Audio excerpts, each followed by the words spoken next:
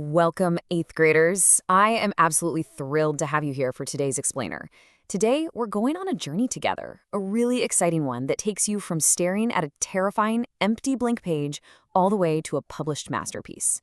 I want you to think of yourself not just as a student today, but actually as a master baker, getting ready to create something incredible. We're going to learn exactly how to craft your words with precision, purpose, and total power. All right, here's our roadmap for today. First, the recipe for great writing, then pre-writing and your first draft, revising to add true depth, editing and publishing your work, checking your understanding, and finally, the godly learner philosophy. Section 1. The recipe for great writing, why structure matters. Imagine for a second that you invite your absolute best friend over. You promise them the most delicious, rich chocolate cake in the world. But when they arrive, instead of a beautifully baked cake, you just hand them a bowl of raw eggs, a pile of flour, and some cocoa powder. Gross, right? I mean, you try to serve the cake without taking the time to fully bake it first. Well, writing works exactly the same way. Every single step matters if you want the final result to actually shine. And having a clear structure isn't just some boring school rule, it's actually a deep biblical foundation. 1 Corinthians 14:40 tells us, "Let all things be done decently and in order." You see, God values order. When we organize our thoughts systematically, we're actually reflecting godly wisdom. We're giving our ideas the very best chance to be clear, powerful, and convincing to anyone who reads them. To maintain that order, strong writers rely on 5 distinct stages. Step 1 is pre-writing.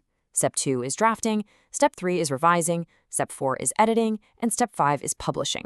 Think of these like mixing your ingredients, baking the batter, letting it cool, frosting it, and finally serving it up. If you skip a step, like say you skip the frosting, your writing just isn't going to look or taste quite right. Your writing absolutely needs each of these stages to be complete to really show off your true intelligence. Section 2. Pre-writing and your first draft. Gathering your ingredients. Okay, let's dive right into this. These are the first 2 crucial steps of our writing journey where we begin collecting our raw materials. This is literally where the magic starts to happen.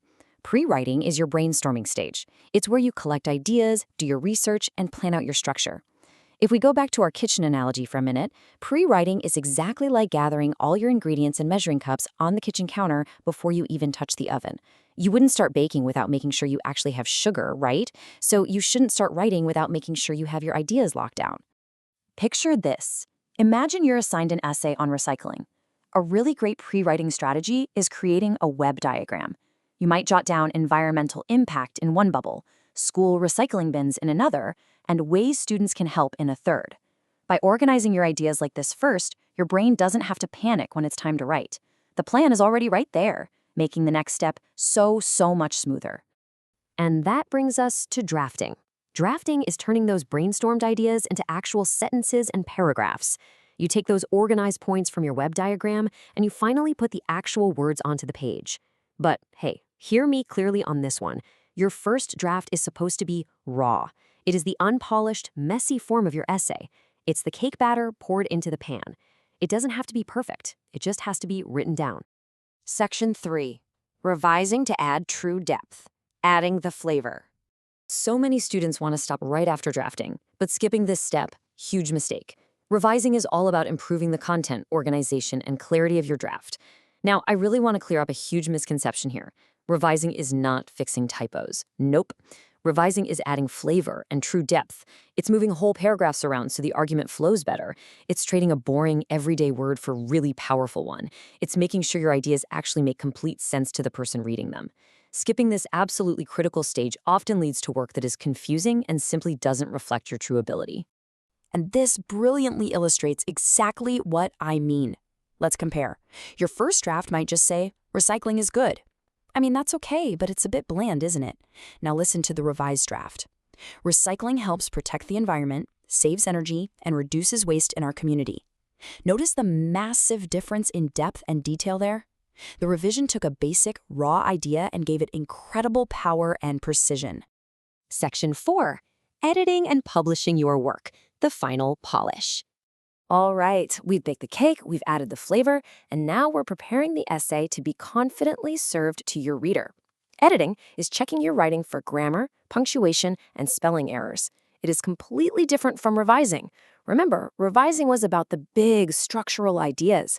Editing is the detailed cleanup phase where we catch the little tiny mistakes, the missing commas, the misspelled words, the wrong capitalization. Let's look at a quick example. The draft sentence reads, THEIR going to start recycling bins. But wait, that's the totally wrong there. The edited sentence fixes it. There, THEY''RE going to start recycling bins. Fixing grammar like this makes your sentence correct and professional.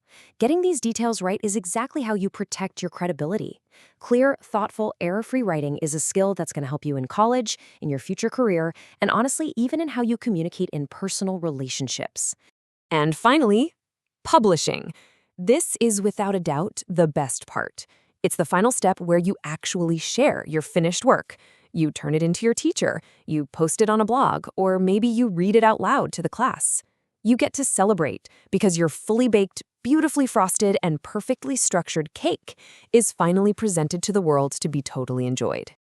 Section 5. Checking your understanding. Let's review. Let's do a quick interactive knowledge check to make absolutely sure you've perfectly grasped the 5 stages of this vital academic skill. First, can you list the 5 stages of the writing process in order?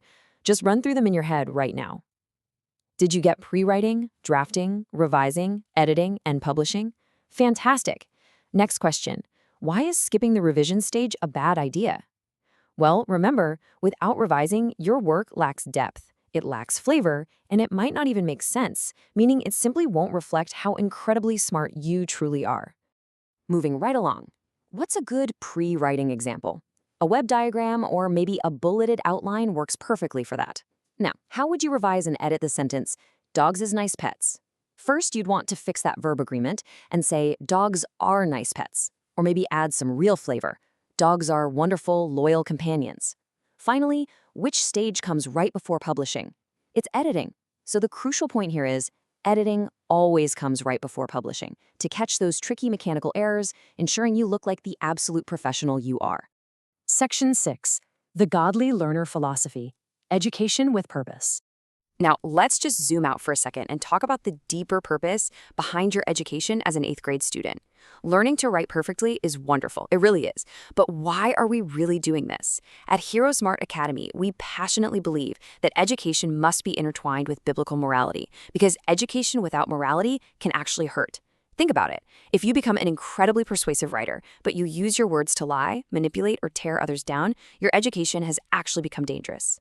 Knowledge and intelligence shouldn't just make you more capable, they must help you make wise, God-honoring choices every single day of your life.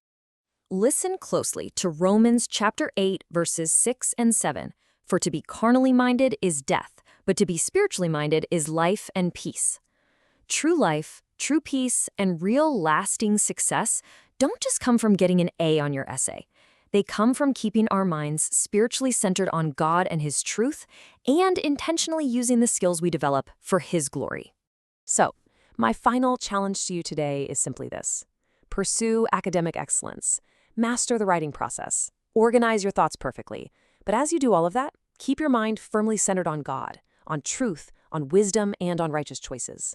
Use your newly refined communication skills to be a shining light in the world. What kind of power will your words hold when you finally unleash them on the world? Keep that in mind the next time you face a blank page. Thanks so much for joining me on this explainer, and happy writing.